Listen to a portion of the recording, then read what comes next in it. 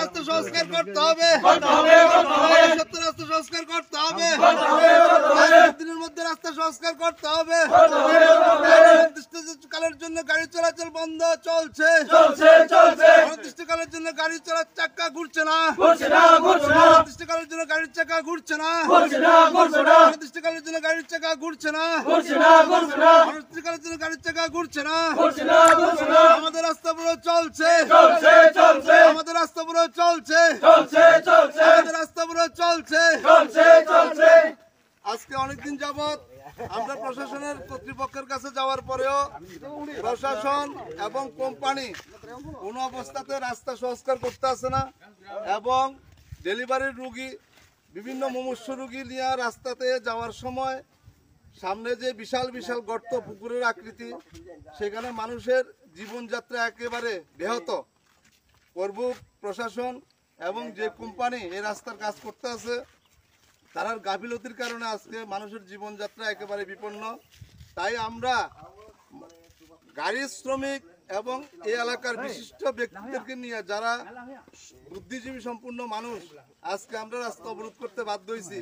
বিগত দিনও বিভিন্ন প্রেস ক্লাবের মাধ্যমে বিভিন্ন মিডিয়া বন্ধুরা এখানে আইছিল, সরকারের গোচরে নেওয়ার চেষ্টা করছিল এবং কোম্পানির গোচরে নেওয়ার চেষ্টা করছে, কিন্তু তারা এই ব্যাপারে কোনো কর্ণপাত করে নাই।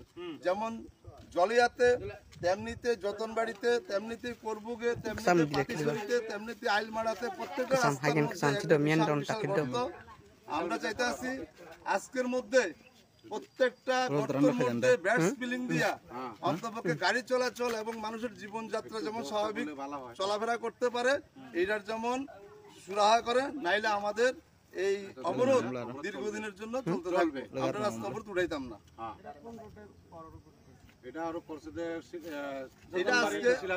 আজকে আমরা অবরোধটা হয়েছে যতনবাড়ি টু শিলাছড়ি রোড, এবং আজকের আমাদের পিকেটিং আজকে রাস্তা অবরোধ করছি আমরা গুণমণি সর্দার পাড়াতে।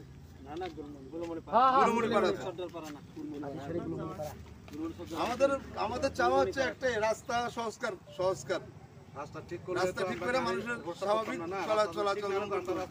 গাড়ি নিয়ে যখন ড্রাইভাররা যখন আমরা যাইতে চাই, গাড়ি কাটি একদিকে, গাড়ি জায়গা আরেক দিকে, গাড়ির জন্য আরেক দিকে টাইমে কাবার না। টাইমটা আমরা এখানে গর্ত খারাপ লাগে, আমরা রাস্তা বহুত রিক্সা যাওয়ার লাগে, অত চাউল আছে, চাউল গরুটোর উপরে, এরপর যে রাস্তার মধ্যে আমরা ঠিক নাই, এই রাস্তাটা একটু ফিল্মটা করে দিলে ফেলাই দিয়া সেটা আমরা কোনো সমস্যা একটু ভালো হয়। স্কুলে ছাত্রছাত্রী আছে, আমাদের ছেলে মেয়ে আছে, আমাদের বাচ্চা আছে, এটা থাকতে হয় একটু অসুবিধা হয় অটোর মধ্যে। অত সময় অটো দিয়েও গাড়ি থেকে যদি একটা বাচ্চা ফেরে জায়গা ফাও যদি ব্যাঙ্গে জায়গা, এটা রিস্কে নিব যে রাস্তাগুলো খারাপ দেয়। এই জন্য আমরা একটু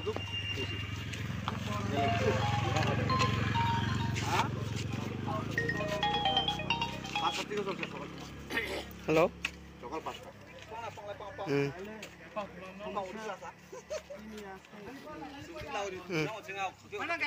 ঠিক নাই, এই জন্য